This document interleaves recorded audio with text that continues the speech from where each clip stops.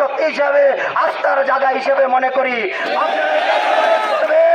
আমাদের যে একটা বৈষম্য, আমাদের 5 জন ভাই 10 জন ভাই দশম গ্রেডে বেতন পায়, আর আমরা বাকি কেউ দশম গ্রেডে বেতন পাই না।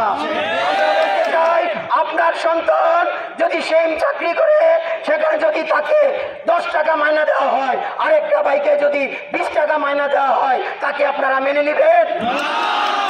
তাই আমরা বলতে চাই, আজকে 6 আগস্টের পরে 8 আগস্ট সিএজি কার্যালয় কর্তৃক অডিটর পদে দশম গ্রেড করার জন্য যে ফরওয়ার্ডিং ফাইন্যান্স মিনিস্ট্রিতে প্রেরণ করা হয়েছে, সেই ফাইন্যান্স মিনিস্ট্রির রায় বাস্তবায়ন করতে চাই। ফাইন্যান্স মিনিস্ট্রি কি করছে তা অর্থ মন্ত্রণালয়, ল প্রশাসনে, অর্থাৎ আমরা বলতে চাই আইন মন্ত্রণালয়ে প্রেরণ করেছে। আইন মন্ত্রণালয়ের সম্মাননীয় উপদেষ্টা সম্মত হয়ে অডিটর পদকে আসিফ নজরুল স্যার দশম গ্রেড করার জন্য, বাস্তবায়ন করার জন্য উনি মতামত ব্যক্ত করে ফাইন্যান্স শাখা।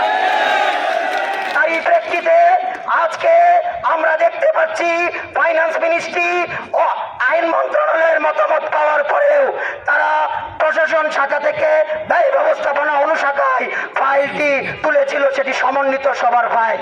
সেই সমন্বিত সভার ফাইল এখন পর্যন্ত আজ অবধি কোন অবস্থায় আছে, ব্যয় ব্যবস্থাপনা অনুবিঘায় আমরা তা জানতে পারি নাই।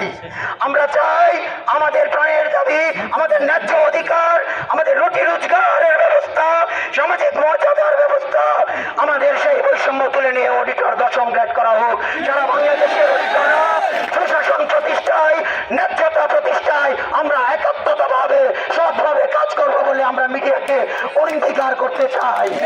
আমরাও সুখী থাকবো, আপনারা সুখী থাকবেন।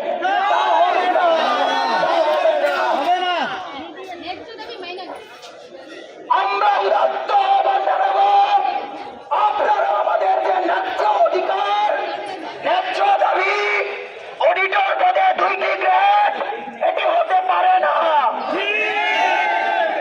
আমরা বলবো আমাদের মাননীয় আইন উপদেষ্টার যে মতামত উনি 19 তারিখ তার স্বাক্ষরের মাধ্যমে অর্থ মন্ত্রণালয়কে দিয়েছে।